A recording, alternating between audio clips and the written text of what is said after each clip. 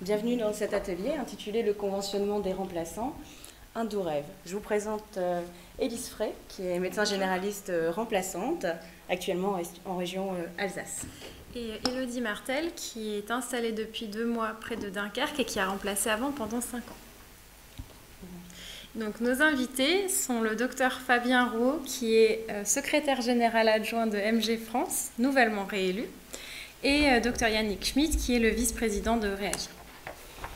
Alors le but de cet atelier est de vous informer et d'échanger sur un sujet important pour Réagir, le conventionnement des remplaçants. Donc n'hésitez pas à poser vos questions, s'il y a des points à éclaircir, vous avez la parole, il n'y a pas de souci. On va commencer par quelques points rapides de définition sur ce qu'est la convention. Donc c'est un contrat qui associe les professionnels de santé libéraux et l'assurance maladie. Elle est signée par les médecins installés uniquement. Et le médecin, lors de son installation, a le choix de signer ou non cette convention. Cette convention évolue et discutée tous les 5 ans lors des négociations conventionnelles. Alors nous reviendrons tout à l'heure en détail sur ce que sont les négociations conventionnelles et leur fonctionnement. Et pour faire un rapide point, on va dire plus historique, initialement, l'objectif de la convention était de fixer une base de remboursement et de proposer un tarif opposable. Et puis par la suite, beaucoup d'autres sujets ont été intégrés à cette convention. Donc la notion de secteur conventionnel, secteur 1, secteur 2, la notion de médecin référent, la notion d'informatisation des cabinets médicaux avec tout ce qui a été Sésame Vital, avec la carte professionnelle de santé, puis des mesures sur les installations en zone sous-dotée et beaucoup également de notions concernant l'évolution de la rémunération des médecins. Qui dit contrat, dit engagement réciproque des deux parties. Et donc pour les médecins libéraux, la signature de la convention leur impose d'appliquer le tarif conventionnel fixé, de respecter le libre choix du praticien par le patient, de respecter des modalités d'échange avec l'assurance maladie et bien entendu de proposer des actes de qualité, et surtout en termes de rapport coût-efficacité. L'assurance maladie, de son côté, s'engage à rembourser les assurés sur la base du tarif opposable et finance une partie de la convention des médecins via les cotisations URSSAF, avec l'affiliation au régime praticien auxiliaires médicaux conventionnés. Élise, je vais peut-être te laisser rejoindre nos invités pour la suite.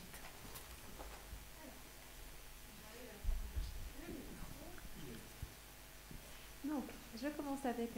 vous m'entendez ou pas? Très bien. Avec docteur Fabien Rouault, tu es... donc, secrétaire général adjoint de MG France, et c'était un syndicat qui avait été présent lors des négociations de la convention 2016-2021. Alors nous, on a connaissance de cette convention, par contre, les procédures de négociation sont parfois plus floues pour nous. Est-ce que tu peux nous dire qui sont les syndicats représentatifs et qui siègent exactement aux négociations? D'abord, bonjour à tous. Permettez-moi, au nom de MG France, et de son nouveau président, Jacques-Baptiste Tony, qui vient d'être élu ce week-end, de vous remercier de cette invitation et du plaisir qu'on a de travailler avec Sophie, Yannick et l'ensemble du bureau. Alors concernant cette question sur la représentativité des syndicats, c'est un élément difficile d'être considéré comme représentatif. MG France est né en 1986, a gagné de façon comme un raz-de-marée les élections de 1993, les élections professionnelles, et n'a été reconnu représentatif qu'en 1996.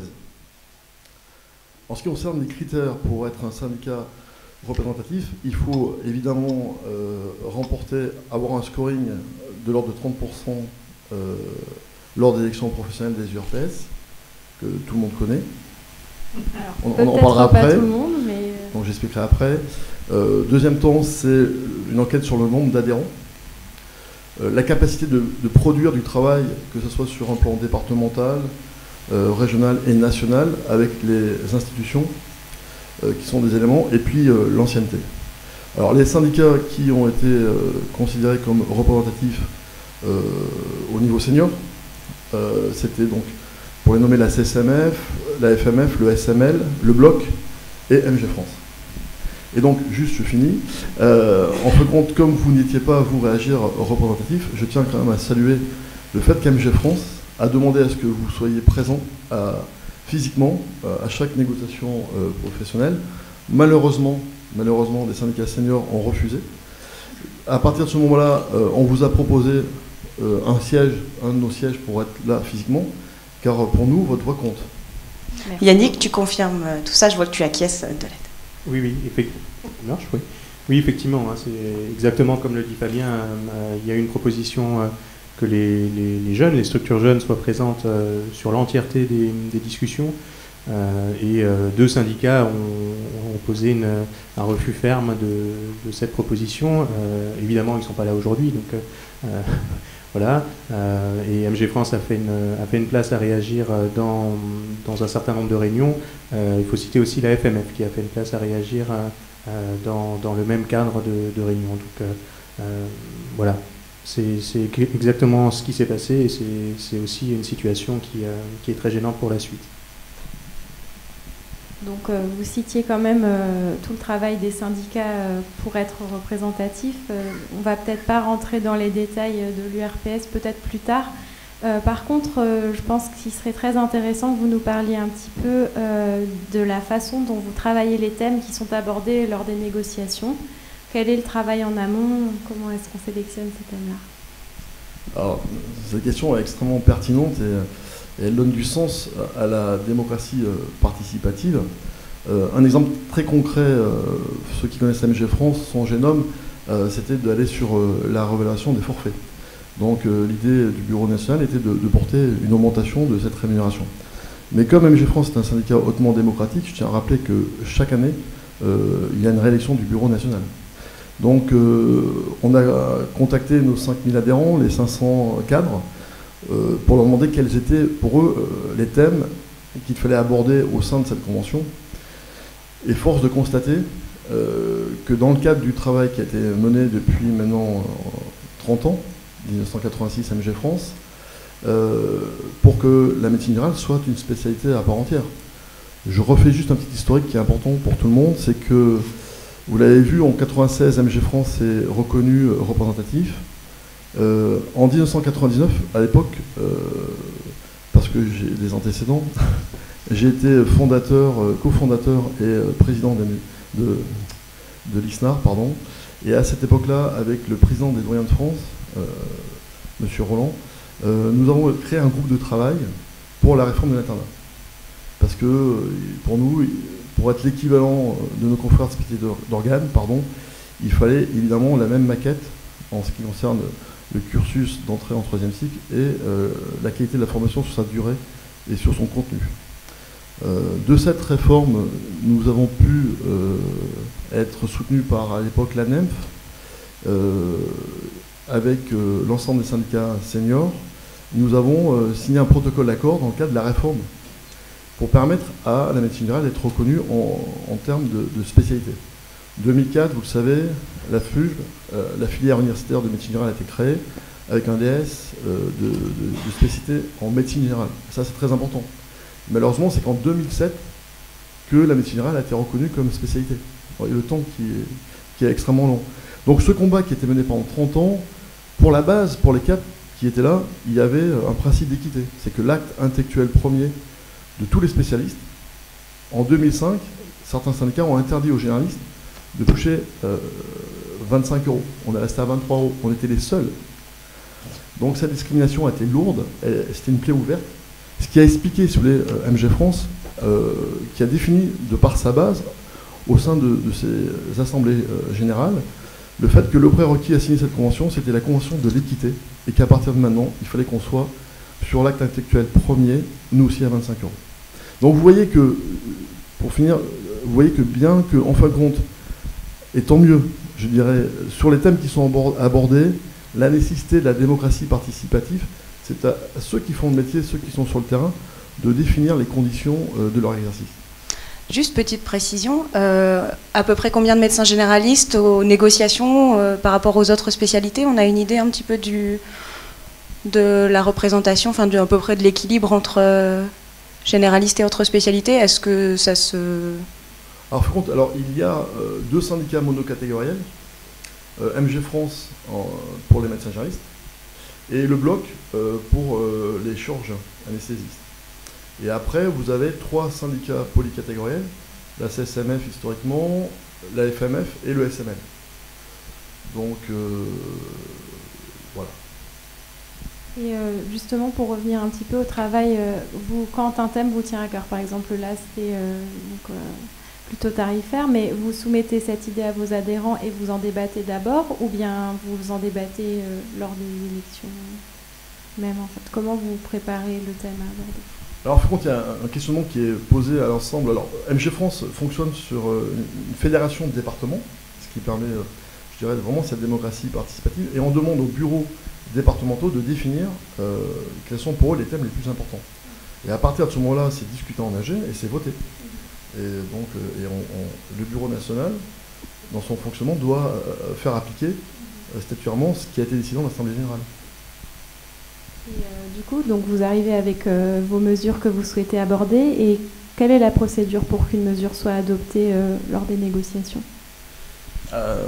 Alors, dans le cadre de la deuxième question, il y avait aussi un élément important, c'est que les syndicats travaillent chacun de son côté, et puis il y a l'UNCAM qui, lui, dans le cadre de son conseil, fait voter en fin de compte les thèmes qu'ils veulent voir apparaître dans le cadre de la Convention. Est-ce que tu peux préciser l'UNCAM bien le...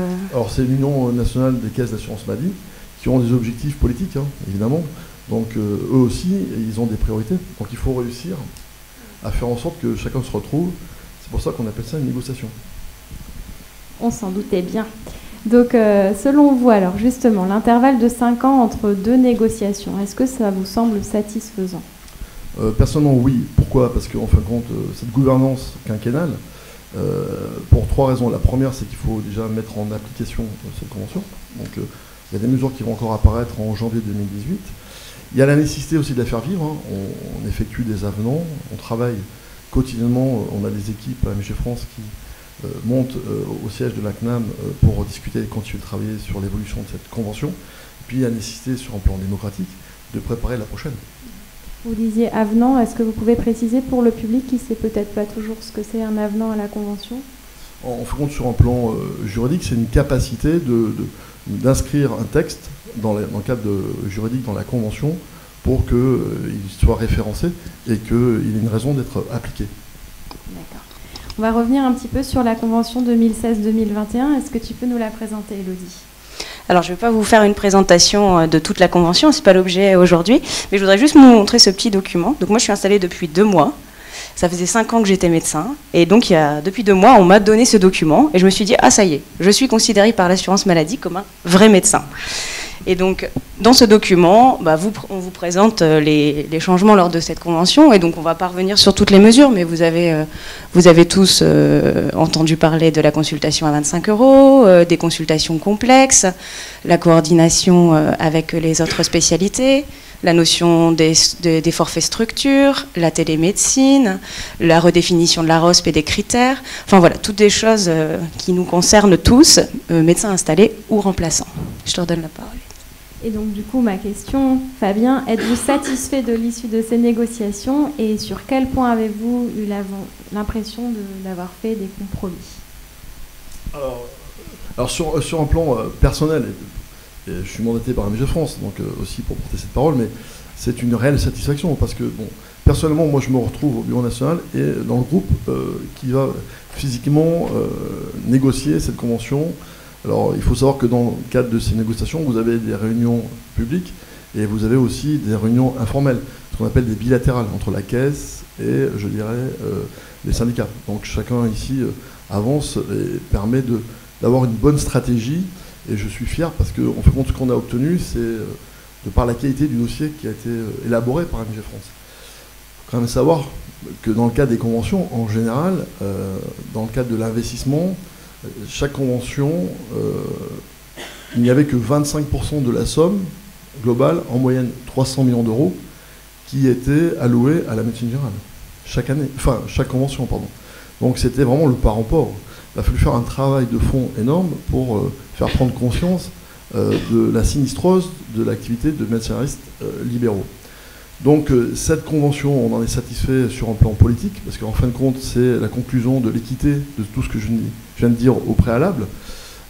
Sur un plan économique, et aujourd'hui c'est pas rien, nous on travaille aujourd'hui, la jeune génération est très attachée au taux horaire. La question, c'est pas la somme qu'on gagne à la fin du mois, c'est ce qu'on puisqu'on est reconnu sur un plan horaire. Donc cette nouvelle convention, c'est une augmentation de l'ordre de 12% du taux horaire des médecins généralistes. Alors c'est insuffisant, mais c'est quand même pas rien. Un ordre d'échelle, aujourd'hui un médecin généraliste, son chiffre d'affaires c'est 140 000 euros.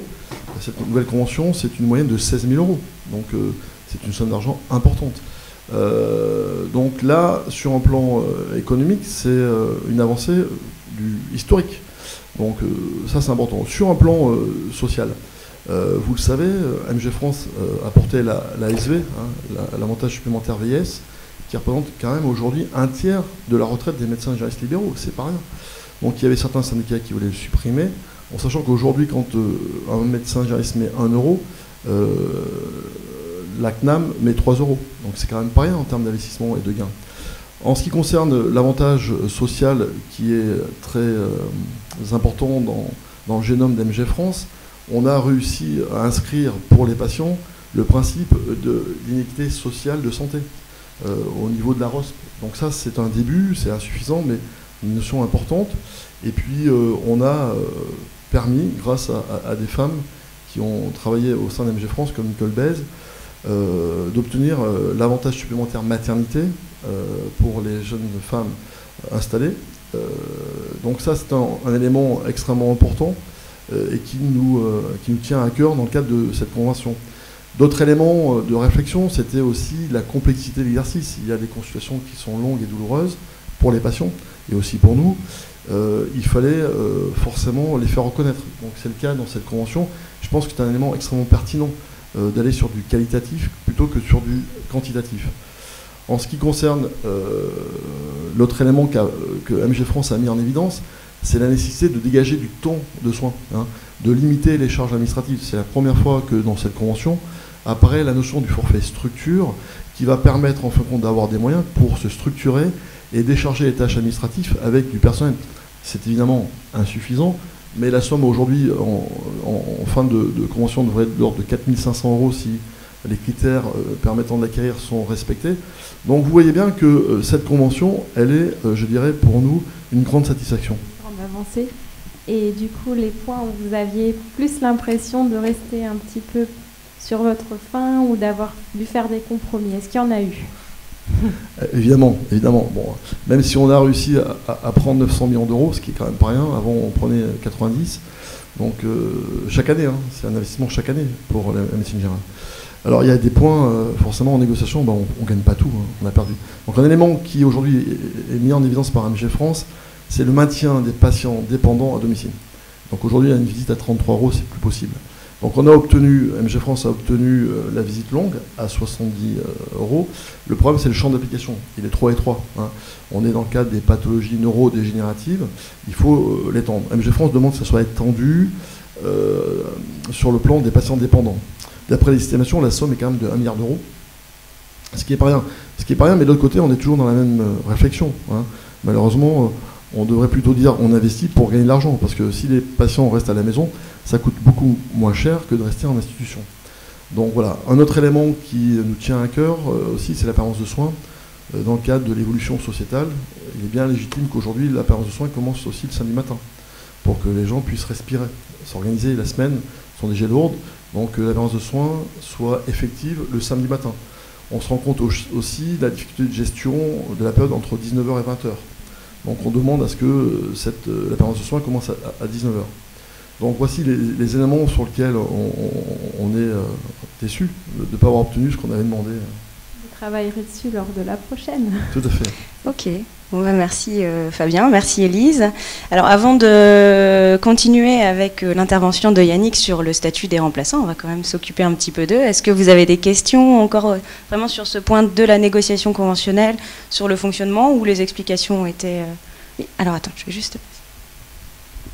Bonjour, je m'appelle Virginie Degré, je suis médecin généraliste installée à Cruseilles en Haute-Savoie depuis 3 ans.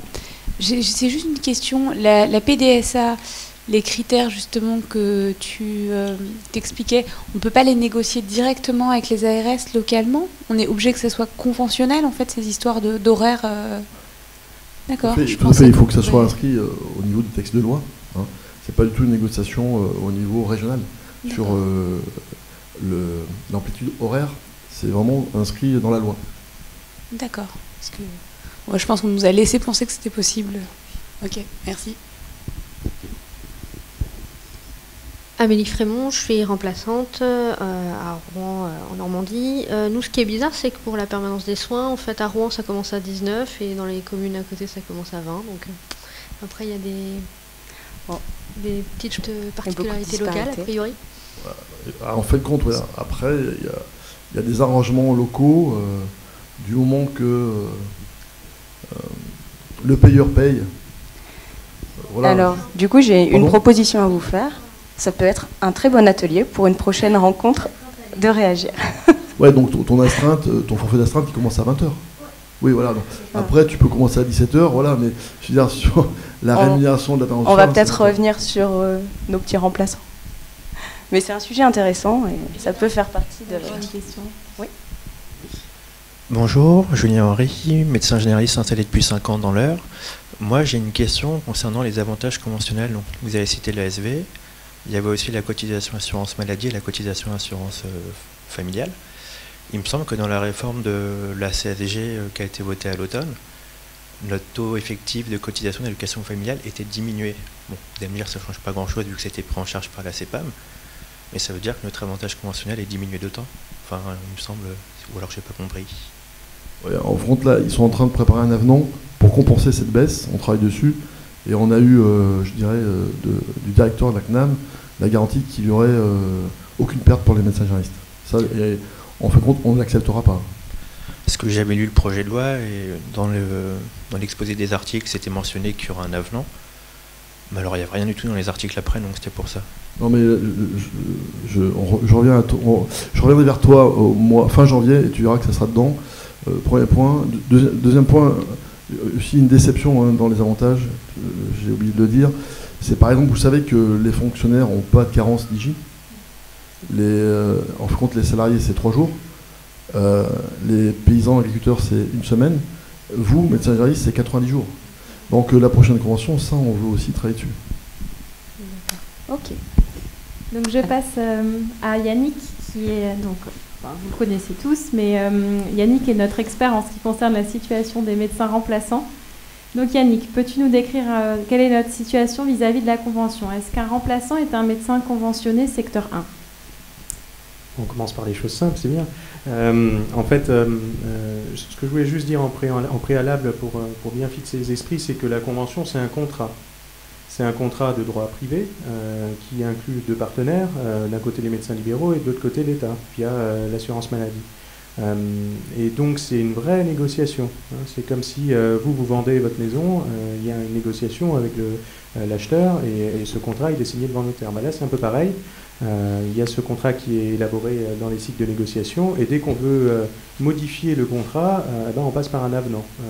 Donc il faut bien avoir ça en tête parce que ça veut dire que les 2 parties sont chacune à un bout de la table et que du coup il faut que les 2 soient d'accord pour que ça marche. Ce qui n'est pas tout à fait la même chose que quand on va discuter avec l'État et qu'on est dans le cadre d'une demande de subvention ou n'importe quoi, où le rapport de force n'est pas tout à fait le même. Donc la convention en tant que telle, c'est un contrat. Comme on l'a dit, elle est ouverte, la signature de la convention est ouverte aux médecins installés. Le remplaçant n'étant pas installé, il ne signe pas la convention. Sauf que, au fil du temps, le médecin remplaçant a quand même eu accès à une partie de la convention, notamment par le biais des cotisations sociales qu'on évoquait et de la prise en charge, puisque les remplaçants avant, ils pouvaient remplacer du secteur 1, ils pouvaient remplacer du secteur 2, et au final, les cotisations, la prise en charge des cotisations sociales dans le cadre de la convention n'est pas tout à fait la même. Tout ça, ça a été simplifié progressivement pour qu'un médecin remplaçant soit considéré comme un médecin du secteur 1, vis-à-vis de la prise en charge de ces cotisations sociales. Il y a un autre élément de la convention que le médecin remplaçant applique de facto, c'est les tarifs. Quand vous appliquez des tarifs, quand vous travaillez et que vous remplacez, vous appliquez les tarifs du médecin que vous remplacez, évidemment, mais du coup du secteur 1, plus rarement du secteur 2, mais en tout cas, c'est des tarifs qui ne sont pas libres. Voilà.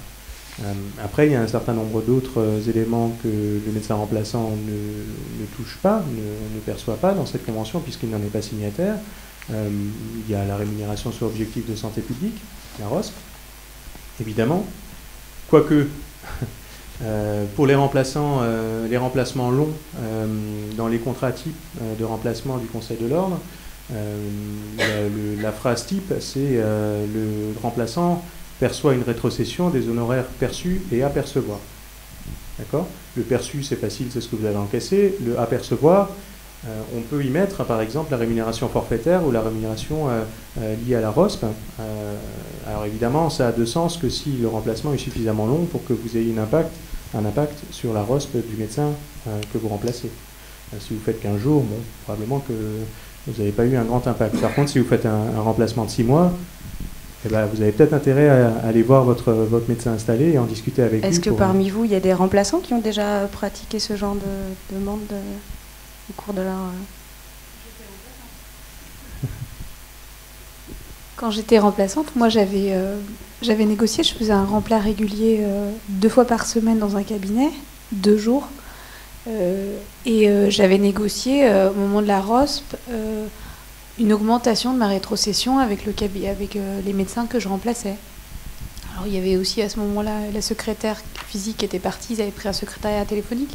Donc j'avais joué sur les 2 options, en lui expliquant quand même que j'intervenais sur un 5e de son activité, donc je pouvais peut-être prétendre à faire augmenter la rétrocession pour justement par rapport à sa ROSP.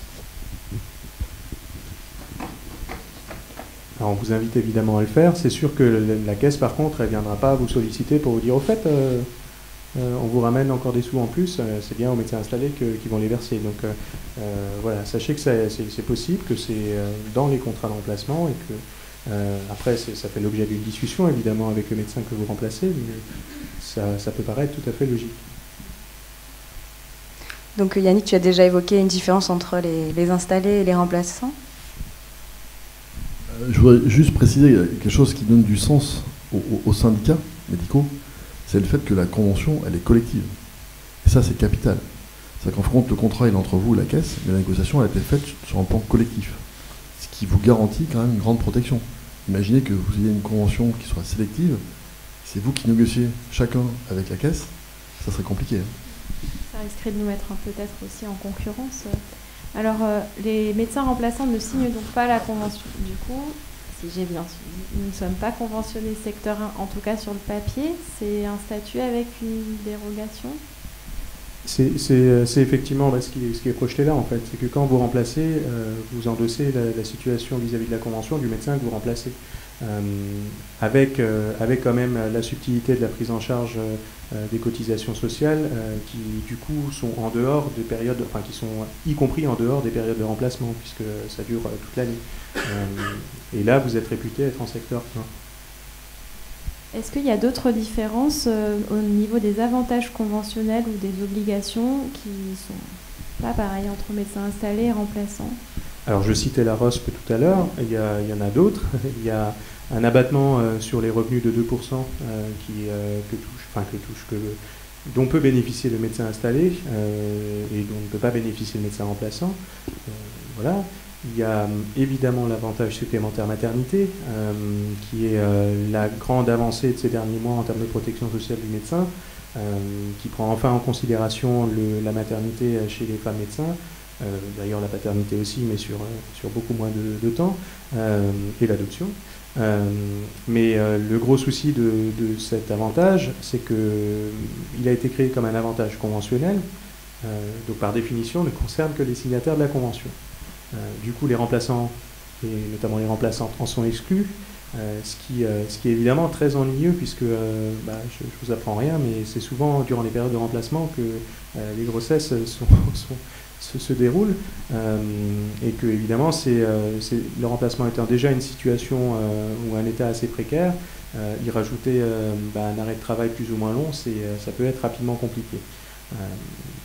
Le choix a été fait par les partenaires conventionnels, donc les syndicats de médecins et la caisse, de passer par un dispositif comme celui-là, plutôt que de faire différemment. On en est là. On avait effectivement essayé de faire bouger les lignes en début d'année, ce qui malheureusement n'a pas été possible, notamment en lançant une pétition qui recueille un peu plus de 4000 signatures aujourd'hui. Mais on n'a pas encore désarmé. N'hésitez pas à demander à Fabien ce qu'il en pense. on y reviendra, je pense. Il y avait aussi, au niveau de, ou si j'avais bien compris tout ça, on avait parlé des élections aux URPS. Alors, est-ce qu'un remplaçant peut se présenter aux URPS ou comment ça se passe? Ah, les URPS. Alors, donc URPS pour Union régionale des professionnels de santé. On y accole médecins libéraux, enfin beaucoup d'URPS y accolent médecins libéraux pour en fait marquer un lien avec l'ancienne dénomination qui était URML. Mais en tout cas, les différentes professions libérales de santé ont une union qui représente les professionnels libéraux, qui sont en fait une association de médecins qui est un peu une association à cotisation obligatoire, puisque tous les médecins, alors installés et pas installés, se voient appeler une cotisation annuelle par l'URSSAF, sous un libellé qui est évidemment très clair et qui est CURPS. Donc, ce qui est un petit peu ennuyeux, c'est, comme je le disais, que cette cotisation soit appelée à tous les médecins, alors même qu'il faut être médecin installé pour pouvoir participer à la vie de cette URPS via les élections qui ont lieu tous les 5 ans. Les médecins remplaçants, eux, ne sont pas considérés comme électeurs lors de ces élections et ne sont donc pas représentés, ou tout du moins ne font pas partie de ces URPS. Or, les URSSAF, dans leur grande intelligence administrative, n'arrivent pas à faire la différence entre un médecin remplaçant, un médecin installé, un collaborateur. En gros, vous êtes médecin, vous n'êtes pas à l'hôpital, pouf, on vous appelle la cotisation annuelle. Donc n'hésitez pas, évidemment, si vous êtes remplaçant et que vous recevez cette cotisation, à leur faire un joli courrier. Personnellement, en 5 ans de remplacement, j'ai 5 fois demandé. Ah, ils insistent.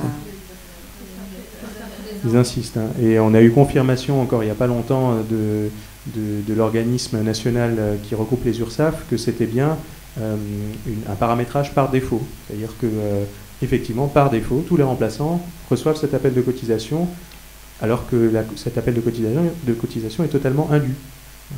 Alors vous me direz, bon ok, c'est 60... alors je crois que quand j'étais remplaçant, c'était une 60aine d'euros. Entre 50 et 150, ça dépend du chiffre d'affaires. Mais... Voilà, après, voilà. Alors, les remplaçants qui débutent, c'est effectivement le forfait à la 60aine d'euros. Plus vous allez travailler, plus ça va être cher. Mais voilà, ça c'est un élément important, du coup, pour accrocher les wagons. Lorsque on vote à ces élections, il y a des listes qui sont présentées par des syndicats. En général, il y a 5 voire 6 listes, mais en gros, on va dire 5 listes principales, qui sont les 5 listes des 5 syndicats représentatifs que citait Fabien tout à l'heure. Alors, pourquoi Réagir ne présente pas de liste ou n'a pas présenté de liste en 2015 lors des dernières élections? Justement parce que les remplaçants ne votent pas. Or, il ne vous a pas échappé que une majorité en tout cas, des personnes qu'on représente et qui adhèrent au syndicat sont des remplaçants. Donc on a appelé au boycott de ces élections tout simplement pour dénoncer cette situation que les remplaçants n'avaient aucune existence vis-à-vis des URPS. Ce qui a eu un impact certes modéré, mais qui a quand même ému un petit peu la profession. Tout ça pour dire que les élections ont une importance au niveau local dans les URPS, évidemment parce que les URPS vont faire des choses localement. Souvent, les URPS font des journées d'installation, mettent en place des réseaux ou des structures. Actuellement, les URPS sont très mobilisés sur les plateformes territoriales d'appui, par exemple. Mais en fait, l'enjeu principal, il n'est pas tellement là. En tout cas, pour le sujet qui nous préoccupe aujourd'hui, ce n'est pas tellement à ce niveau-là que c'est intéressant.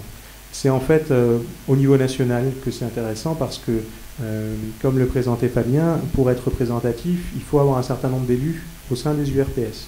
Et dans les URPS, de l'ensemble du territoire, une grande partie du territoire. Et donc, l'enjeu pour les syndicats qui présentent des listes aux élections URPS, c'est d'être représentatif et d'avoir suffisamment d'élus pour pouvoir derrière s'asseoir à la table des négociations conventionnelles. Et donc, lorsque toutes les élections URPS ont eu lieu, on regarde le résultat, on fait des jolies statistiques, chacun revendique ses élus, et on regarde qui, effectivement, a atteint le seuil des 10% pour pouvoir participer à la négociation. En sachant que, mais je ne vais peut-être pas rentrer dans le détail, il y a plusieurs collèges au sein des URPS, dont un collège de la médecine générale. Et donc, effectivement, les remplaçants ne bénéficient pas de cet avantage de pouvoir voter aux élections URPS, Et donc, par ricochet, effectivement, n'ont pas la possibilité, de manière autonome, on va dire, de s'asseoir à la table des négociations. C'est ça. Alors, effectivement, c'est un point important. Et tu évoquais aussi, alors tu disais que les URSSAF n'arrivaient pas bien à faire la différence entre les remplaçants et les médecins installés, puisque par défaut, ils nous mettaient les mêmes cotisations sur le papier. Alors, qu'en est-il de l'assurance maladie ? Alors, l'assurance maladie, ils ont un peu de mal également. Disons qu'ils identifient effectivement le fait que vous soyez remplaçant, mais ça s'arrête là. C'est-à-dire qu'ils sont incapables de dire aujourd'hui quelle est l'activité des médecins remplaçants. Ce qui est un petit peu ennuyeux, puisque une des revendications qu'on porte depuis quelques années déjà, c'est de développer une ROSP, une rémunération sur objectif de santé publique, spécifique aux remplaçants. Parce qu'évidemment, quand on est installé, on a un impact de santé publique sur la population. Quand on est remplaçant et qu'on change régulièrement de lieu d'activité, on ne peut pas avoir un impact qui est évalué sur les mêmes critères qu'un installé. Sauf que pour réussir à monter une ROSP de ce type-là, il faut connaître parfaitement l'activité des remplaçants. Pour connaître l'activité des remplaçants, il faut pouvoir les identifier. Pour pouvoir les identifier, il y a un bout de plastique qui s'appelle la carte professionnelle de santé. Avec une Alors, avant que tu dedans. détailles, combien d'entre vous ont déjà utilisé leur carte professionnelle de santé en tant que remplaçant? Ah, quand même, pas mal. Quand même. On sait pourquoi ils sont venus à l'atelier. En fait, tous les professionnels de santé ont une carte qui les identifie pour tous les échanges numériques avec la caisse, pour identifier les feuilles de soins électroniques, pour identifier les actes, les arrêts de travail, par exemple. Donc c'est très important. Classiquement, quand vous faites un remplacement, votre médecin remplacé, il va laisser sa carte dans le lecteur, et puis vous allez travailler sans vous poser la question. Erreur, puisque il y a un vrai problème à faire comme ça, parce que c'est pas vous qui travaillez, mais c'est comme si le médecin était toujours là et qu'il continue à travailler. Et il y a certaines CPAM assez pointilleuses qui vont jusqu'à dire que c'est de l'usurpation d'identité, parce que effectivement, le médecin qui est numériquement dans le boîtier et dans l'envoi des feuilles de soins, en fait, c'est pas lui qui travaille, puisque c'est vous. Et donc, ils incitent fortement à utiliser la CPS du remplaçant, que normalement vous avez maintenant tous reçu, puisque l'envoi est généralisé, ce qui n'était pas forcément encore le cas il y a 1 ou 2 ans. Mais il reste l'écueil principal qui est que pour pouvoir l'utiliser, il faut changer la carte dans le boîtier, et il faut qu'ensuite le logiciel métier qui est utilisé par votre médecin remplacé, il reconnaisse votre carte et que le paramétrage soit effectué dans de bonnes conditions. Et tout le problème de ce paramétrage dans de bonnes conditions, c'est qu'il y a certains logiciels, tous les logiciels aujourd'hui le font, tous. Répondent au cahier des charges pour le faire, je vais dire ça comme ça. Mais il y a des logiciels où ça se passe assez facilement, où vous pouvez le faire, le médecin installé peut le faire. Il y en a quand même une bonne partie où le paramétrage de l'utilisation de cette CPS remplaçant demande soit l'appel de la hotline qui est facturé, soit carrément une prestation de la part de l'éditeur de logiciel pour faire ce paramétrage additionnel, on va dire. Et donc, ils vont envoyer une facture au médecin remplacé. Donc, évidemment, il ne va pas inciter à ce que vous utilisiez votre carte professionnelle de remplaçant. Et du coup, on en est aujourd'hui à une situation où ces CPS remplaçants, je ne vais pas dire qu'elles servent à rien, mais elles servent quasiment à rien. Voilà. Et donc, effectivement, la caisse est dans l'incapacité aujourd'hui d'identifier l'activité du remplaçant par une partie de mauvaise volonté, puisque effectivement, lorsque le cahier des charges qui définit ce que doit faire un logiciel a été défini pour permettre l'utilisation des CPS, ils n'ont effectivement pas pensé que les éditeurs de logiciels pouvaient en profiter pour facturer des choses. Donc, il y a encore un travail à faire là-dessus, et effectivement, on a encore du travail d'évangélisation à faire auprès des installés pour que ces CPS soient utilisés. Ok. Je pense, Élise, plus de questions? Non, je pense que tu as bien exposé les principes. Pas de questions pour vous? Après, on peut revenir progressivement, mais... Je me demandais combien il y avait de remplaçants en France et quel pourcentage ça représentait les médecins généralistes. C'est la question piège. Ah, Yannick a révisé l'atlas du CNOM, il le connaît par cœur, ça tombe bien. J'ai raconté hier soir. Non, c'est la question piège et c'est ce qui pose en fait le plus de problèmes aujourd'hui pour la défense des remplaçants. C'est qu'aujourd'hui, on ne sait pas dire combien il y a de remplaçants en France qui sont en activité. Quand vous regardez l'atlas de la démographie médicale du CNOM, qui est un peu l'outil de référence pour tout ce qui est comptage de médecins en France, l'atlas du CNOM indique un nombre de médecins remplaçants qui tourne autour de 12 000 aujourd'hui. Sauf que eux, ce qu'ils entendent sous médecin remplaçant, c'est un médecin qui a une activité qui n'est pas régulière. Une activité qui n'est pas régulière, ça veut dire un médecin remplaçant comme nous on l'entend, mais ça veut dire aussi des médecins en cumul emploi-retraite, par exemple. Et il y a des chiffres, enfin un graphique qui est présenté dans l'atlas du CNOM qui est assez révélateur, qui est la pyramide des âges des médecins remplaçants sous l'appellation CNOM. La pyramide des âges fait que quand vous la regardez, il y en a beaucoup entre 30 et 35 ans, il y en a un peu moins entre 35 et 40 ans, puis ça diminue, et puis ça réaugmente à partir de 55, entre 60 et 65, et au-delà de 65 ans. Vous connaissez certainement très peu de médecins remplaçants autour de vous qui ont plus de 65 ans, on est d'accord. Sauf qu'ils sont en cumul emploi-retraite et ils sont inclus dans ces chiffres. Donc on en vient à dire qu'aujourd'hui, on ne sait pas trop combien il y a de médecins remplaçants en France, parce que c'est une population qui est très peu suivie. On en arrive quand même, en extrapolant un petit peu ces chiffres, en les creusant un petit peu, à peu près 3000 remplaçants en médecine générale en France aujourd'hui. Et surtout, ce qui est très important, c'est que quand on regarde l'évolution dans le temps, contrairement à ces 12 000 qui augmentent d'année en année, le chiffre de médecins remplaçants de moins de 40 ans entre l'Atlas 2016 et l'Atlas 2017 a quasiment pas évolué. Donc ça veut bien dire que les médecins remplaçants, ils ne sont pas remplaçants à vie. Hein. Ils sont remplaçants pendant un temps et ils en sortent après. D'accord ? Malgré le fait que le nombre de médecins qui finissent leur formation, lui, augmente avec la hausse du nombre de postes d'internes. Donc on est bien sur une stagnation du nombre de remplaçants en médecine générale en France, pour une population qui représente à peu près 3000 personnes, mais qui est absolument indispensable pour que le système de santé fonctionne, et notamment la médecine générale libérale. Et c'est ce qu'on essaie de défendre un petit peu avec les armes qu'on nous donne. Et comme dit, un de nos chevaux de bataille aujourd'hui, c'est de mieux connaître cette population de remplaçants de médecine générale. On avait lancé une enquête sur l'activité du médecin remplaçant qui s'appelle Remplact. C'était une enquête qu'on a menée début 2016 sur l'activité de 2015, dans laquelle on a pu identifier un certain nombre de déterminants de travail qu'on ne connaissait pas du tout. Par exemple, l'âge moyen d'un remplaçant qui tourne autour de 32-33 ans, le nombre moyen de semaines travaillées, le chiffre d'affaires moyen. Tout ça, c'est des éléments qu'on n'avait pas jusque-là, enfin qu'on avait parce que c'était la 3e étude du même type qu'on faisait, donc on les avait pour les années précédentes. Mais en gros, personne d'autre n'arrive à sortir ces chiffres, si ce n'est réagir quand ils mènent des études comme ça, en partenariat avec le Conseil de l'Ordre. Alors, une toute dernière question, puis ensuite on va...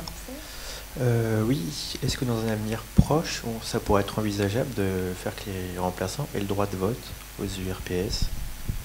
C'est une très bonne question.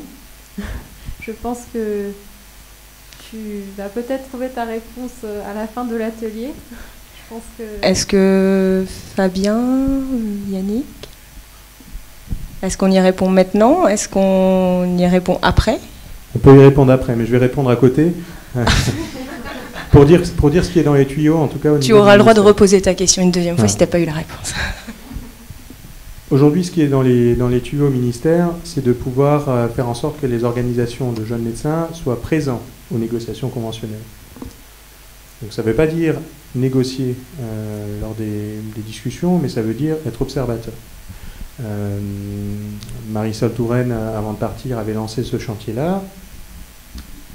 Le gouvernement actuel ne l'a pas relancé, mais en tout cas, c'est une des pistes qui est sur la table, qui, à mon avis, doit être critiquée quand même du point de vue syndical de jeunes médecins généralistes, parce que on est un peu au milieu du guet, à dire ah ben on vous veut bien comme observateur, mais bon, il ne faudra pas trop prendre la parole quand même. Hein. Et puis surtout, hein, il y a un élément complètement pragmatique pour tous ceux qui ont fait au moins une réunion de négociation conventionnelle, c'est qu'il y a un moment, les réunions à 50, ça sert à rien, quoi. Voilà. Donc, il faudra que Réagir se positionne sur ce point-là, très précis, parce que il y a un vrai enjeu de savoir si ça a un intérêt d'aller dans ce sens-là, ou effectivement d'espérer avoir une place aux URPS aux élections de 2020. Alors, bon, après toutes ces informations assez denses, hein, j'espère que vous êtes bien au clair. Donc vous vous êtes rendu compte que le remplaçant avait beaucoup de devoirs, mais avait peu de droits de réflexion sur le contenu de cette convention qui concerne pourtant son activité au quotidien. On va vous proposer une petite séance active pour vous présenter l'argumentaire de Réagir, parce que vous avez bien compris qu'on était favorable à ce conventionnement, et c'est une revendication qui est défendue depuis 2009 par le syndicat. C'est tout nouveau, c'est ça. On n'est pas un vieux syndicat non plus. Alors, ensuite, on rediscutera un petit peu avec nos invités suite à cet argumentaire. Et puis, on va vous proposer, sur la fin de l'atelier, un temps de réflexion. On garde un petit peu de suspense sur le contenu l'objet de cette réflexion. Alors, pour vous présenter l'argumentaire de Réagir, on va vous demander de vous lever. Et donc, on va considérer que alors, attendez, je vous explique, puis après, vous y allez. On va considérer que de principe, vous êtes contre le conventionnement du remplaçant. Donc je vais vous demander de tous vous mettre d'un côté de la salle. Et au fur et à mesure de l'argumentaire, si l'argument vous motive, je vais vous demander de traverser la salle jusqu'à moi. Alors soit on se met devant ici. Alors désolé, on n'a pas une salle très adaptée pour cette séance de gym, mais on va bien y arriver, hein, vous pouvez...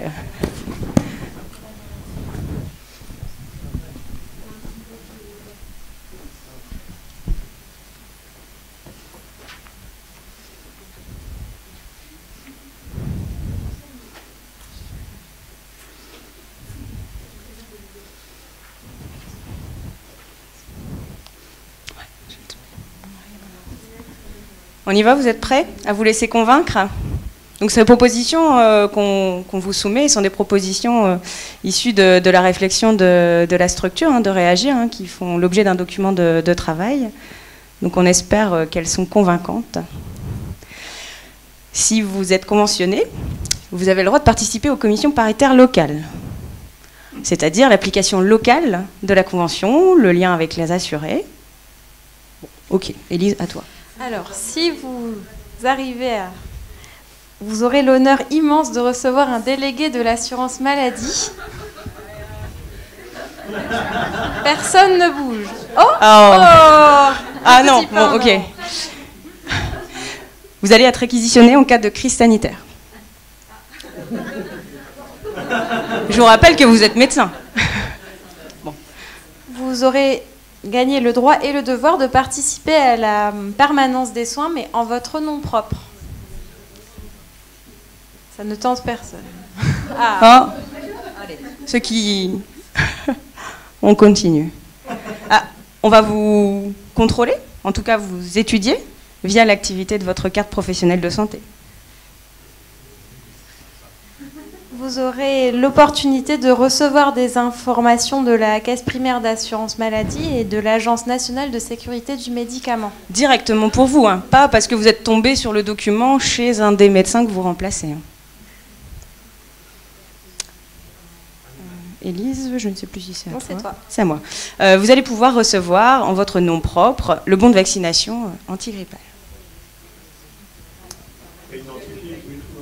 Oui, préidentifié.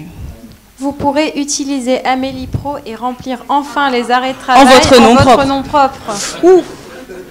À l'afflux est massif quand même. Hein. Bon, dépêchez-vous, hein, il ne reste plus beaucoup d'arguments. Alors, vous allez pouvoir bénéficier de l'abattement sur votre déclaration fiscale. Vous pourrez non seulement voter, mais peut-être même être élu aux URPS. C'est indemnisé. Vous allez pouvoir bénéficier d'autres rémunérations, comme des forfaits, comme la ROSP. On va devoir circuler parce qu'on va nous traverser. vous pourrez bénéficier de l'avantage supplémentaire maternité ou paternité. Ah. Ok. Bon, alors, une dernière chance pour vous convaincre. Vous allez pouvoir être considéré comme un médecin ayant un rôle dans un système de santé. Ah, nous avons encore quelques traversées. Ah, non ? Ok. Ok, très bien. Bon, ravi de vous avoir convaincu. Vous pouvez... Alors, moi je vais rendre mon micro et je vais revenir.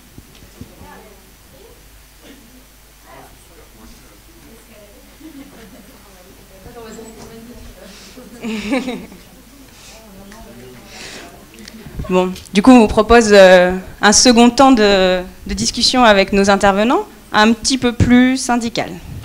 Oui, alors je vais m'adresser d'abord à Yannick. Quelle est l'avancée actuelle de réagir vis-à-vis d'une participation des remplaçants au contenu de la Convention? Où en sont les négociations et quelles sont les perspectives? Alors,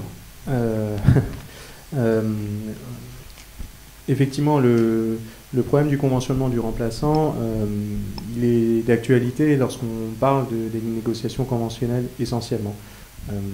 Donc on a eu l'occasion d'en parler et de faire du lobbying là-dessus courant 2015, qui évidemment n'ont pas abouti, puisque sinon on le saurait.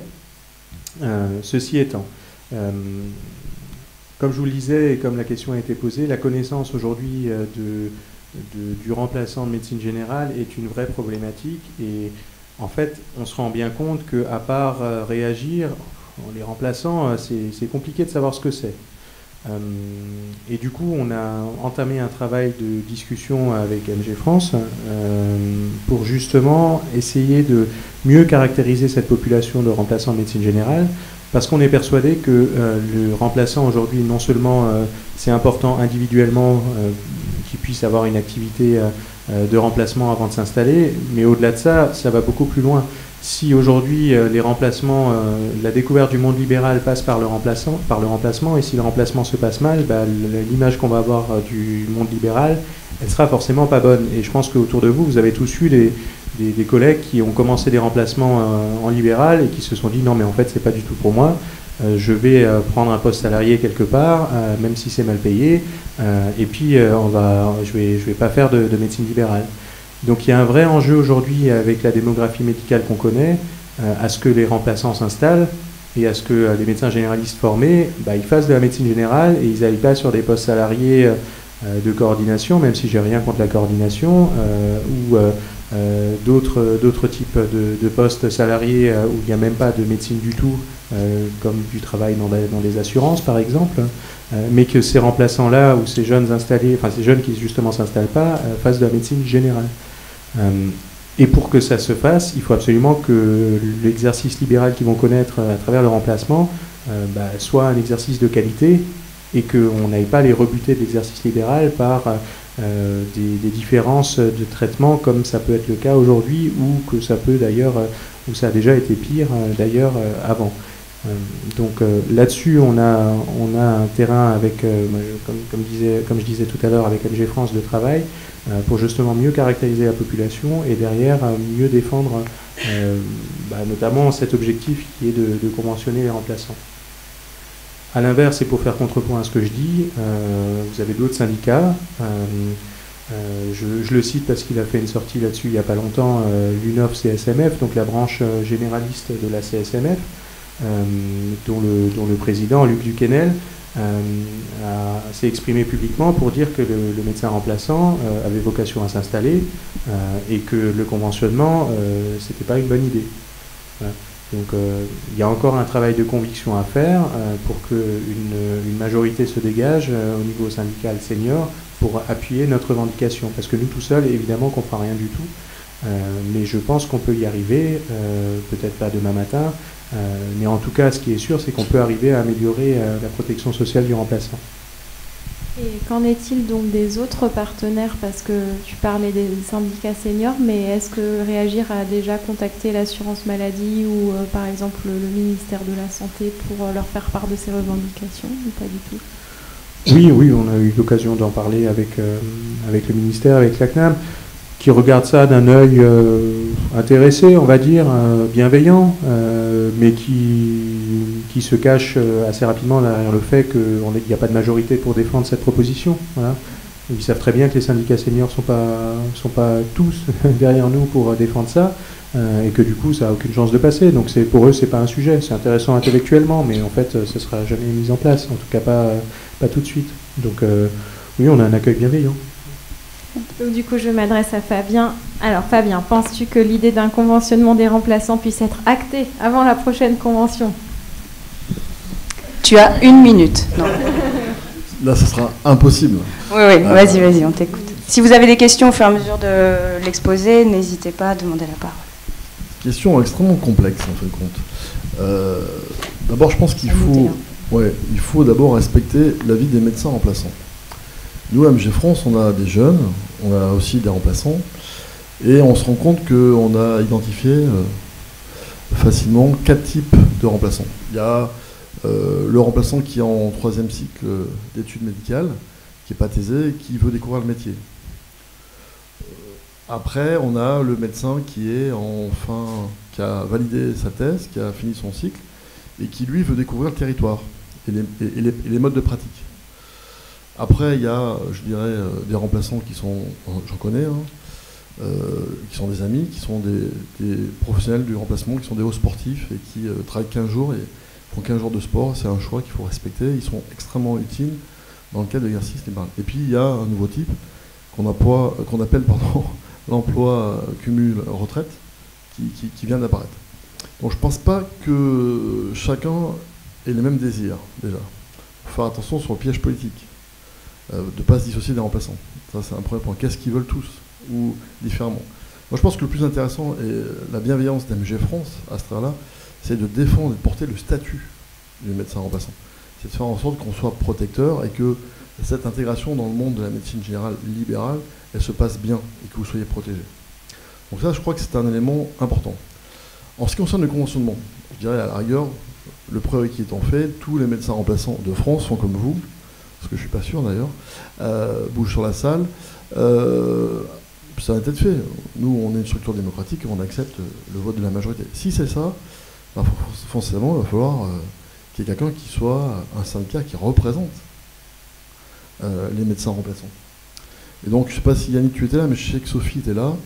Comme des syndicats seniors ont refusé que vous soyez présents physiquement, Nicolas Revel, directeur de la CNAM, à juste titre d'ailleurs, a organisé une journée pour laisser la parole aux jeunes.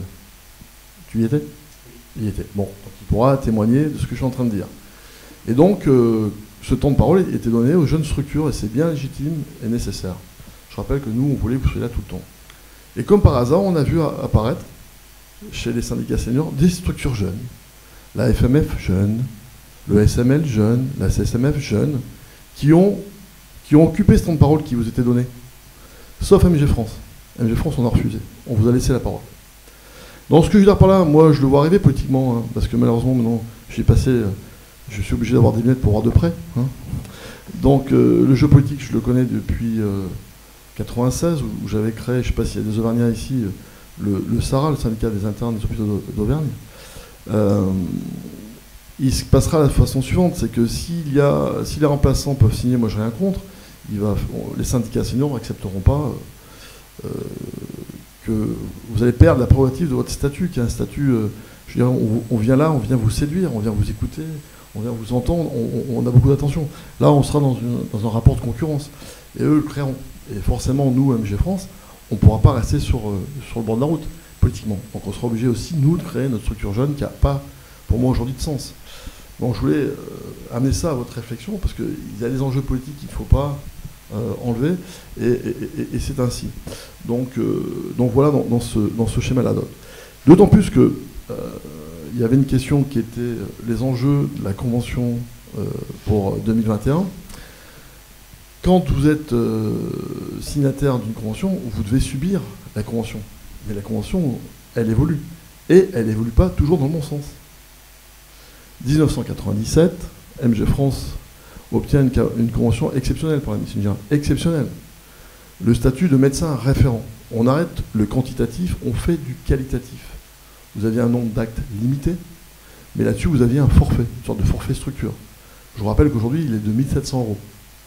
À l'époque, l'équivalent pour une population moyenne d'un médecin généraliste qui était de l'ordre de 7 500 actes, c'était 36 000 € aujourd'hui. MG France a obtenu qu'on travaille de façon qualitative, qu'on puisse se structurer, avoir des moyens, hein, et tout se passait très bien. 1997. 2005, nouvelle convention, on balaye tout. Ceux qui s'étaient engagés, qui avaient pris des secrétaires, il y a eu des moments très douloureux, quoi, hein, de façon arbitraire. Alors, en 2005, on a balayé le système référent et imposé que toutes les spécialités en France, sauf les médecins généralistes, puissent toucher 25 €. Donc ça, c'est un élément qui est aujourd'hui compliqué. Donc voilà, en ce qui concerne, moi je suis pas venu là pour faire la langue de bois, je suis venu là pour partager avec vous, et il faut qu'on ait des différences, sinon ça n'a pas de sens en ce qui concerne nos existences. Le deuxième point qui a été posé tout à l'heure, c'était sur l'ASM. Alors ASM, c'est un projet qui a été porté par MG France. En fin de compte, la maternité, vous pouvez redire? Ah oui, pardon, excusez-moi. L'acronyme, c'est ça, excusez-moi. Voilà. Non, c'est pas. Même s'il est supporter. Mais je suis supporter et mon fils joue en section pro. Et je le salue aujourd'hui, mon fils, parce qu'il a 20 ans aujourd'hui. Donc, et je suis là, et je m'excuse auprès de lui. Tout simplement pour vous dire que bon, l'avantage supplémentaire maternité qui a été obtenu par MG France, en fin de compte, on se rend compte, nous, et tant mieux, c'est une richesse, que la profession se féminise. Et que j'ai 3 enfants, on est très heureux que les médecins puissent avoir une famille et des enfants.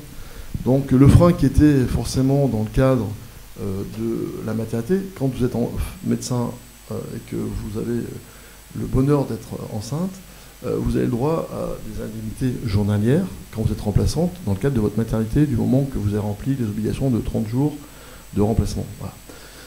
Donc tout le monde le touche. La problématique, c'est que ceux qui sont installés, je crois qu'il y en a un dans la salle, j'ai vu tout à l'heure, un ou deux, vous avez vraiment des charges fixes. C'est-à-dire que si vous êtes en vacances ou si vous êtes malade, les charges, elles tombent. Et donc il y avait un frein pour la génération féminine de se dire, si je dois avoir une grossesse et que je m'installe et que j'ai 3 000 €, 2 500 ou 3 000 € de charges par mois, c'est pas possible, quoi. Donc la négociation était là, c'était de dire que c'était en fait compte un avantage supplémentaire, il porte bien son nom, dans le cadre des frais structure. Et ce prérequis, ce système d'équité, c'est ça la mission, en fait, c'est de dire, je suis femme, je suis médecin, je veux m'installer, il n'y a pas de critères freinateurs à l'installation. Voilà. Donc ça n'a pas été fait, et si on le porte, et si on dit que les remplaçants, pour nous, pour l'instant, ne doivent pas toucher, c'est pas qu'on est contre les remplaçants, c'est que c'est juste pour compenser ces frais de structure. Voilà. Je peux me permettre juste une question, puisque moi-même je suis remplaçante. Est-ce que ces frais de charge ne sont pas couverts par le montant de rétrospection que vous fixez quand vous vous faites remplacer? Par exemple, j'ai remplacé récemment quelqu'un qui partait en congé maternité. J'avais une rétrocession de 25% qu'elle percevait. Est-ce que c'est pas là aussi pour percevoir ces charges? Bon, alors déjà, si jamais tu arrives à avoir que 25% Non, c'est elle. Enfin, moi, je lui ai reversé 25, moi, j'avais 60%. Bon, alors, tant mieux. En général, aujourd'hui, sur le marché, il y a un élément qui est important, c'est qu'on est plutôt dans les 80-100% que dans le... Moi, j'ai connu à l'époque, c'était 50%. Hein. Donc aujourd'hui, on est sur des éléments, suivant les départements, les zones difficiles, en rural, où le médecin est épuisé, il donne 100%. Sur des zones d'activité, c'est aussi vraiment fonction de ses charges, secrétaire présentiel, enfin voilà. Oui, mais les charges d'un cabinet structuré, je parle après, certains il y a peut-être des cabinets qui auront moins de charges, mais c'est quand même lourd en termes de structure. Donc voilà, il y a un élément de réflexion. Moi, j'aimerais quand même attirer votre attention. Alors, les chiffres du CNOM sont les chiffres du CNOM, ils sont là. Aujourd'hui, on annonce 12 000 remplaçants, tout confondu, de l'ordre de 8 000, ils annoncent le CNOM, 8 000 médecins remplaçants généralistes. Les prospectives, il faut réfléchir, c'est que les prospectives du monde médical, aujourd'hui, on doit avoir une réflexion générale, c'est qu'il y avait 62 000 médecins généralistes en France en 2005, installés. Il y en a aujourd'hui 52 000. On annonce en 2025 42 000. Donc c'est dramatique. c'est dramatique. Et en termes de réflexion régalienne et en termes de vision sociétale, on ne peut pas l'accepter. Et on doit trouver les moyens de répondre à ce problème-là. Si on réfléchit en fonction des chiffres du CNOM, le CNOM annonce pour 2025 15 000 en tout médecins remplaçants.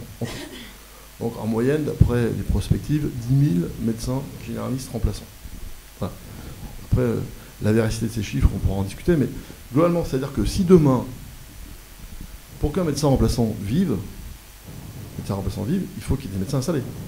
Sinon, il n'y a pas de travail.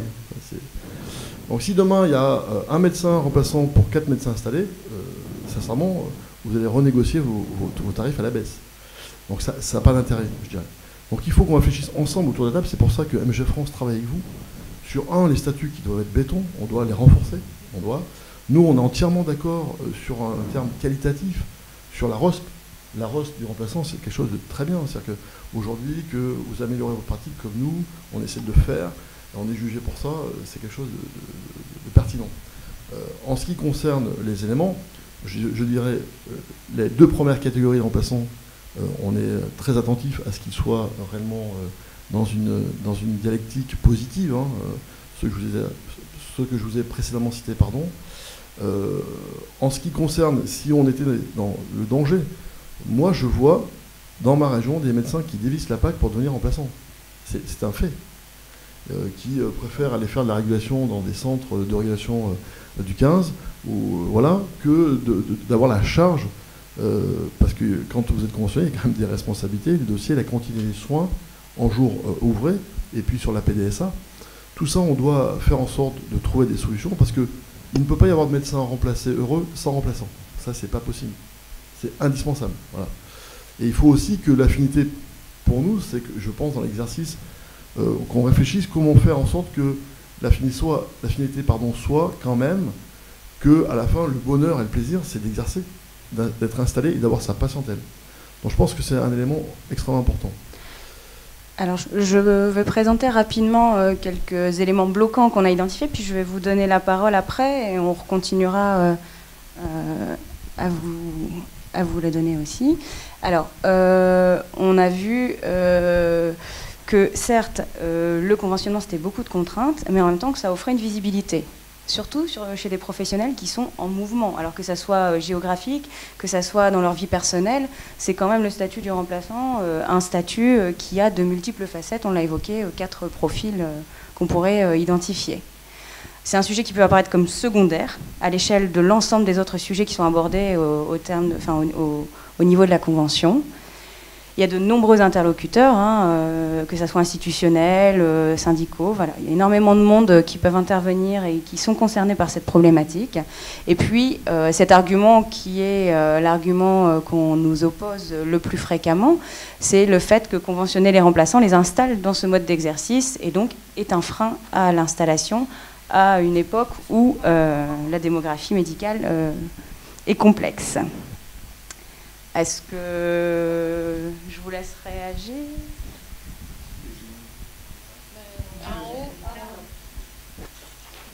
Ma question n'était pas forcément en rapport avec cette diapo, mais par rapport à avant. Vous parliez de démographie médicale où ça allait s'effondrer, qu'il fallait qu'on garde une certaine qualité de vie. Donc, pour moi, globalement, en tant qu'installé, je me dis que sur les actes que je fais par jour, il y a au moins peut-être 5 actes qui ne sont pas vraiment justifiés médicalement, et que le patient va venir pour être rassuré ou autre. Est-ce qu'on pourrait, enfin, là c'est trop tard vu que la convention a été signée l'année dernière, est-ce qu'on pourrait pas essayer d'en profiter pour faire une révolution au niveau de notre pratique? On reste sur l'acte encore à 80-90% de notre chiffre d'affaires. L'année dernière, Nicolas Revel était là, il avait dit bon ok, on a augmenté le C pour faire plaisir aux médecins généralistes, on a augmenté bien votre chiffre d'affaires. Il a aussi dit la prochaine négociation, on jouera sur les forfaits, en disant qu'il faudra améliorer les marqueurs de pratique, de qualité. Et pour moi, est-ce qu'on n'a pas perdu 5 ans? Si la démographie va quand même sérieusement modifier dans 5 ans, le temps que la prochaine convention s'applique, on va se retrouver, ça va être un peu compliqué à mettre en place de manière sereine. Donc, est-ce que on pourrait pas essayer, enfin nous-mêmes maintenant, de commencer à déjà réfléchir sur comment augmenter la part des forfaits par rapport à la valeur de l'acte progressivement, plutôt que de se retrouver, dans 5 ans, on a 10 000 médecins généralistes de moins, on est en burn-out, les remplaçants sont plus motivés parce qu'ils voient qu'on est en train de craquer, enfin, comment on fait? Donc, je pense qu'elle m'est dédiée.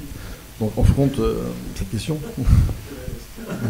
Alors, je vais répondre très clairement. Hein. Aujourd'hui, l'objectif d'MG France, expliquer, c'était pas l'acte, hein, je vous l'ai déjà expliqué. On a maintenant cet événement fondateur d'équité. Aujourd'hui, l'espérance et la volonté, et ce qu'on va aller chercher et ce qu'on aura, c'est le ratio 30-70. 30% pour les forfaits.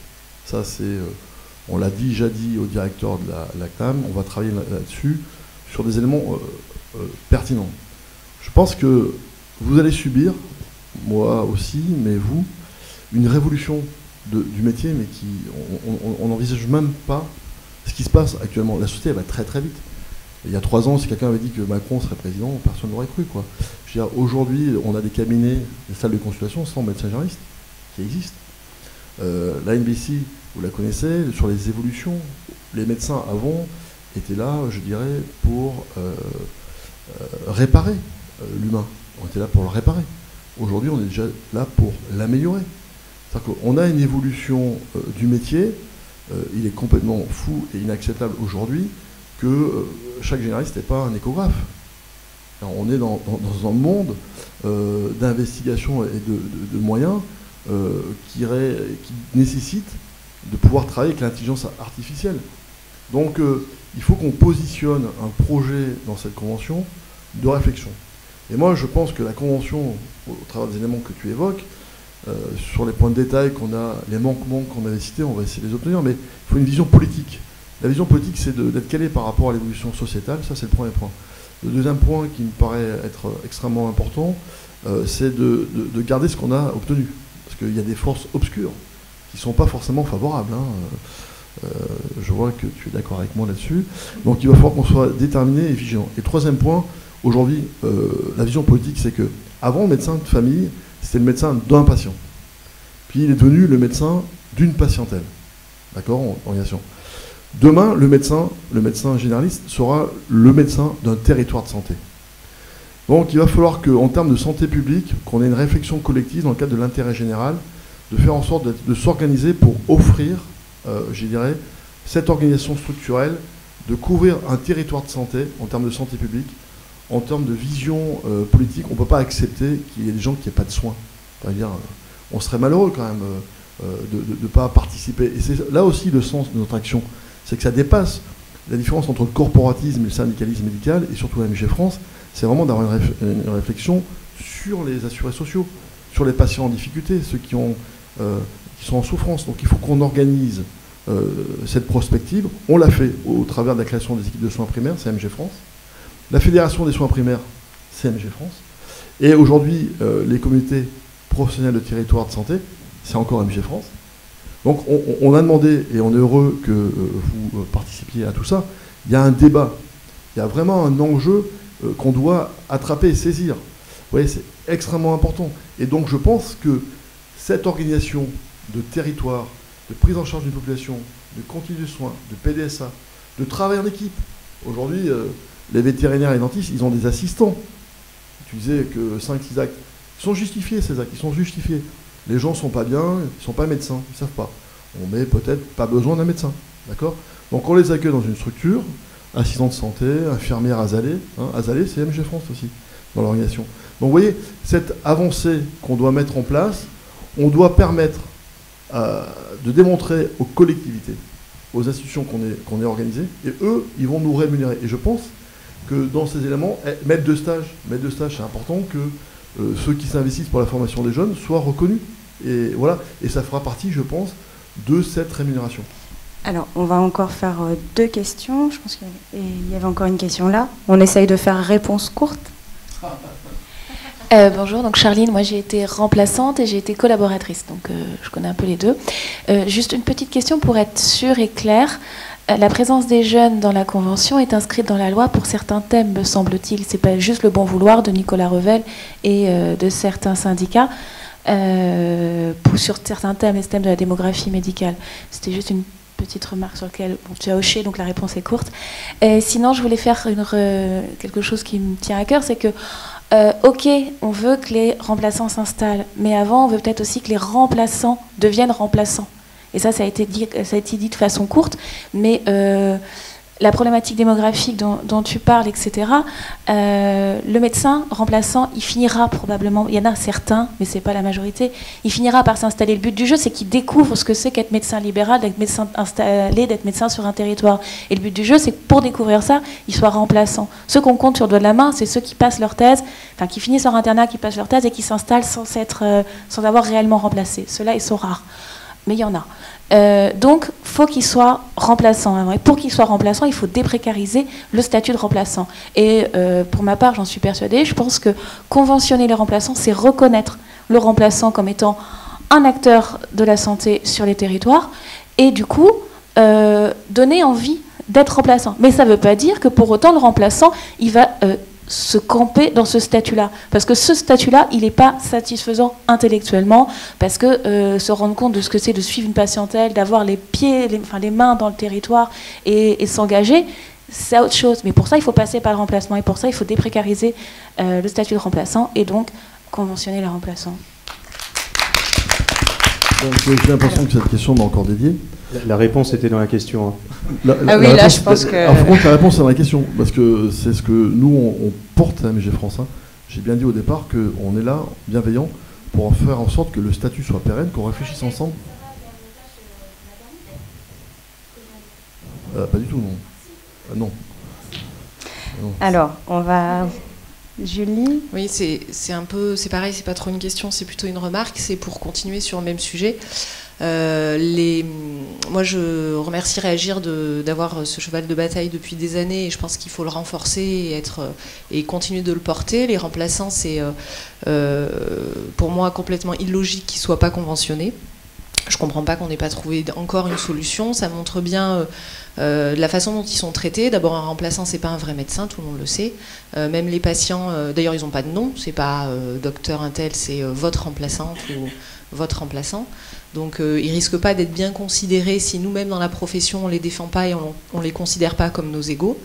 Moi, je suis très choquée de tout ça, de toutes ces choses qu'ils ne peuvent pas faire. Moi, ma remplaçante, elle peut pas faire des arrêts du travail en ligne, et ça a l'air débile, mais ça fait moins chic, ça fait moins sérieux. Les patients, ils s'en rendent compte.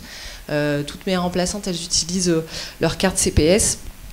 Et elles peuvent pas, le logiciel le permet, elles font la télétransmission, mais je sais pas pourquoi, j'ai toujours pas compris, elles peuvent pas le prendre, le lecteur, en visite. Ça marche que quand il est sur le socle au cabinet. Donc là encore, les patients, oui, vous faites les feuilles de soins, ceci, cela, donc le statut, ils sont pas reconnus, c'est pas le vrai médecin, quoi. Quand j'entends tout ce qu'on dit là sur les remplaçants, tous les arguments qui sont portés à l'encontre du conventionnement des remplaçants, j'ai l'impression qu'on en parle comme on parlait des femmes au XVIIIe siècle, quoi. C'est oui, vous êtes gentils, allez, on va vous donner des droits, mais quand même, faut pas déconner, vous n'êtes pas nos égaux, quoi. C'est quoi ces propos? On n'est pas. Oui, les remplaçants, ils vont avoir le droit ils doivent être conventionnels, avoir le droit de vote aux URPS, avoir les mêmes avantages. C'est la même chose. Les remplaçants, ils ont on l'a dit, ils ont leur place dans le système de soins. Ils sont nécessaires, ils participent à la PDSA, souvent plus que certains médecins installés en proportion. Ils font le même travail, et puis mince, même s'ils ne s'installent pas, je veux dire, un remplaçant qui bosse pendant 10 ans, il a bossé, il a soigné des gens, ça fait pareil que s'il s'était installé, on s'en fiche, quoi. Voilà. Et en plus, il coûte moins parce que la ROSP, elle est répartie, mais je veux dire, il faut se battre pour ce conventionnement, et tous ces arguments-là, c'est des faux arguments. Alors, avec vos deux argumentaires bien développés, je pense que vous êtes prêts pour faire le petit temps de réflexion. Et on va le faire maintenant, et après, s'il y a encore des commentaires, on vous redonnera la parole. Alors, on a identifié avec Élise un élément bloquant, parce qu'aujourd'hui, le but n'est pas de faire l'agenda de cette négociation, le but n'est pas de savoir à qui on va en parler et comment tout ça, mais on a décidé de vous faire réfléchir sur ce sujet, parce que c'est un sujet qui est méconnu. Si vous n'étiez pas éclairé sur le sujet, maintenant vous l'êtes, mais très peu de gens le sont, que ce soit des médecins installés, remplaçants. Et donc on pense qu'un des axes pour faire avancer cette mesure, c'est de la faire connaître et de la diffuser. Donc on aimerait bien que vous mettiez en petits groupes, alors vous pouvez rester presque où vous êtes, un groupe de 5-6, c'est très informel. Et si vous pouviez essayer de nous proposer une idée originale pour communiquer sur cette revendication.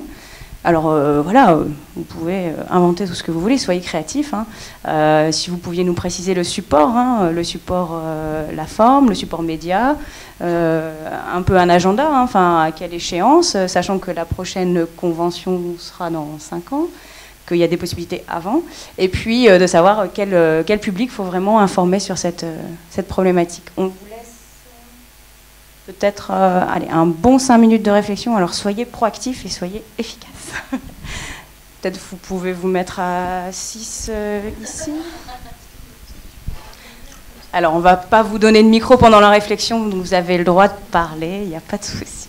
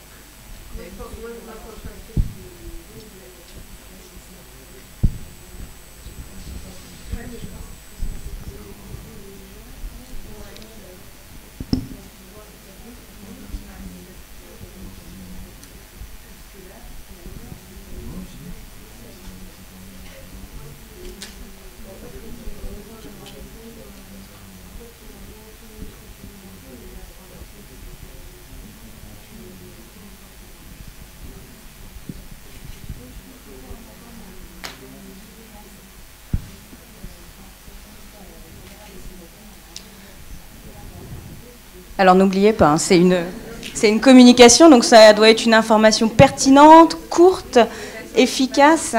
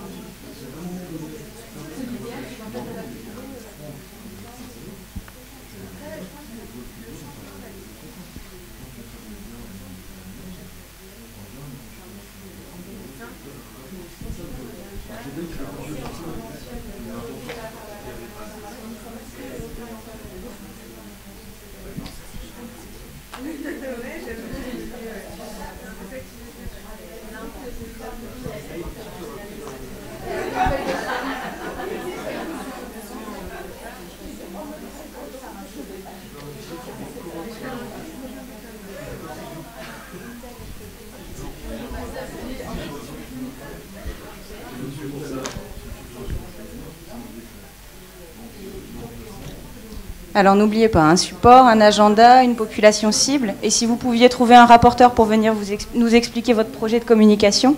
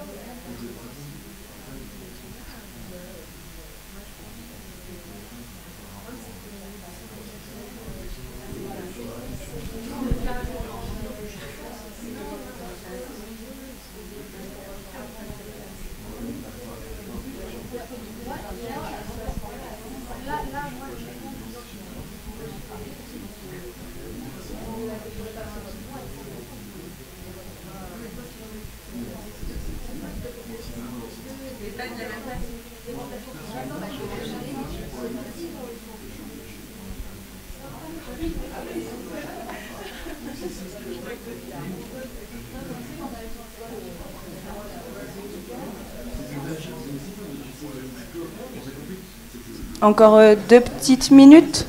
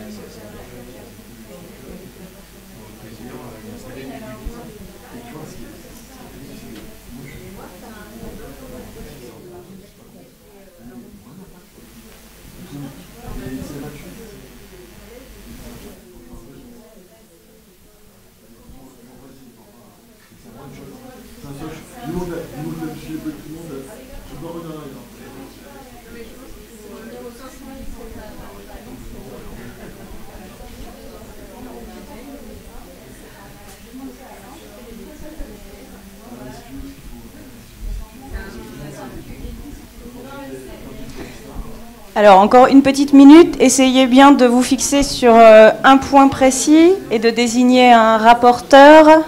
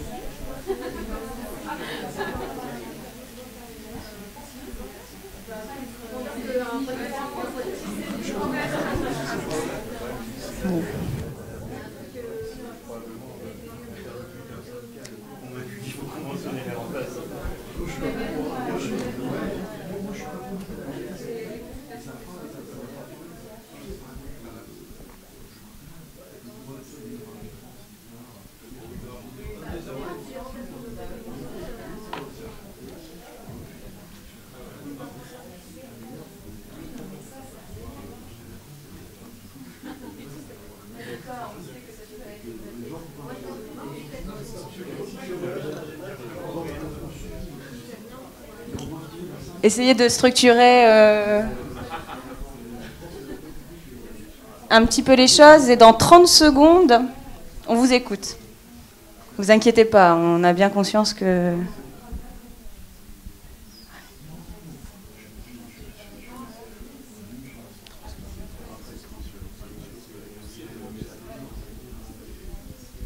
Vous allez commencer à...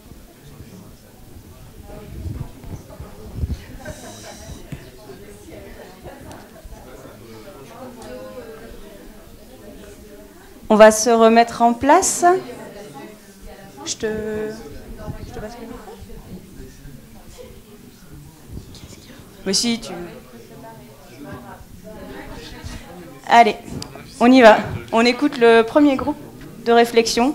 Réflexion rapide. J'ai bien conscience, mais je te laisse peut-être.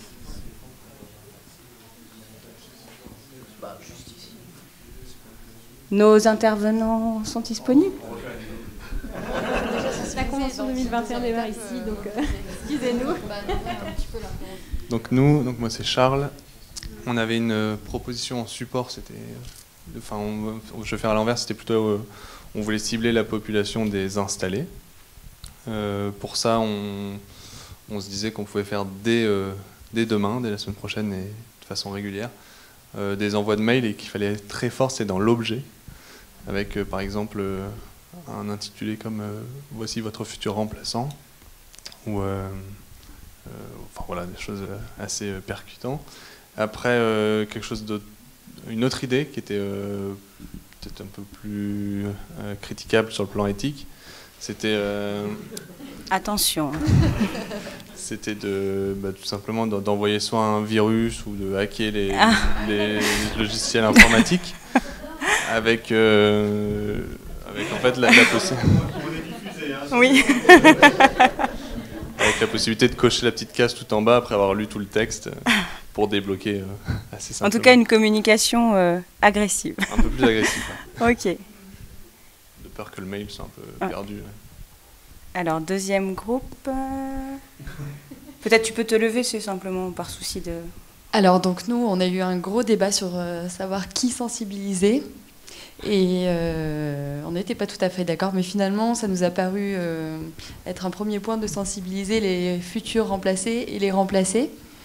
Et pour cela, d'utiliser les remplaçants, pardon, futurs remplaçants et remplaçants, et pour cela, d'utiliser des vidéos ou des BD plutôt humoristiques via les réseaux sociaux.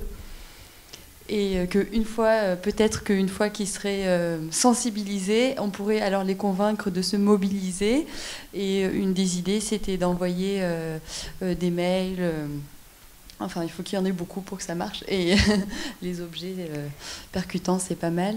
Et aux URPS en particulier. Et pour le graphisme de la bande dessinée, vous avez un contact ?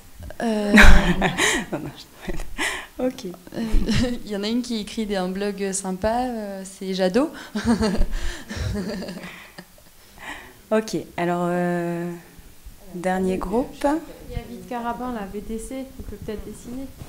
Alors, qu'est-ce qu'il y a là ? Est-ce que tu peux juste lever comme ça, on te voit bien ? Merci. Nous, on est parti aussi sur cibler les populations des médecins, mais installés et remplaçants également. Le support, on a pensé à une vidéo en faisant un peu des phrases choc avec vous n'accepteriez pas de faire tous vos documents, tous vos feuilles de soins en papier, vos arrêts de travail en papier, et vous l'acceptez pour votre remplaçant. Vous n'accepteriez pas de ne plus avoir votre ROSP avec genre quelqu'un qui ouvre un courrier puis on vient lui déchirer son chèque. Pourtant, votre remplaçant, il l'a pas. Non, d'abord, vous n'accepteriez pas qu'on retire le droit de vote aux femmes et pourtant votre remplaçant ne l'a pas. Et le dernier, une femme qui serait en train d'allaiter pendant qu'elle fait sa consultation, parce qu'il faut qu'elle revienne bosser vu qu'elle n'a pas l'avantage. Et voilà, donc de faire des choses comme ça. Et après, sur les moyens de les contacter, on a parlé aussi de communication violente, en se connectant au site Amélie. Ah oui, le piratage d'Amélie. Bon. Voilà. Nous vous rappelons que cet atelier est filmé. Oups. Ok. Alors en tout cas, on voit que c'est un sujet quand même qui vous passionne. Donc on s'excuse de ne pouvoir prolonger le débat, quoique vous pouvez prolonger le débat, hein, bien entendu, pour cette question qui est très syndicale, avec une réponse de votre part qui est fortement positive et qui acte donc le souhait des remplaçants de s'investir dans un système de santé. Et comme Yannick l'a précisé tout à l'heure, c'est une suite logique dans le processus d'intégration de ces médecins, après leur association au secteur 1, leur accès à la formation médicale continue, leur droit d'avoir une carte professionnelle de santé. Voilà, c'est quelque chose qui nous paraît être une finalité et une issue logique. Et donc, on vous propose, pour l'année 2018, la constitution d'un groupe de travail. On souhaite fortement associer notamment MG France à ce groupe de travail et peut-être d'autres interlocuteurs, mais les interlocuteurs externes à réagir sont évidemment les bienvenus dans ce groupe. Avec grand plaisir d'ailleurs. De toute façon, le groupe de travail déjà travaille, on existe déjà, donc on va continuer. Très bien. Et bien sûr, si des gens dans la salle, vous avez l'air d'avoir plein d'idées, si jamais vous souhaitez aussi vous investir dans ce groupe de travail, n'hésitez pas, il est ouvert à tous. Et c'est important qu'on soit le plus possible à y travailler. Je pense que beaucoup d'entre vous ont déjà compris le principe du conseil d'administration de réagir. Ok. Bon, on s'excuse de ne pas laisser plus de temps à vos questions, mais voilà. Il est 16h. Et merci beaucoup à On nos vous remercie invités pour leur temps et leurs réponses.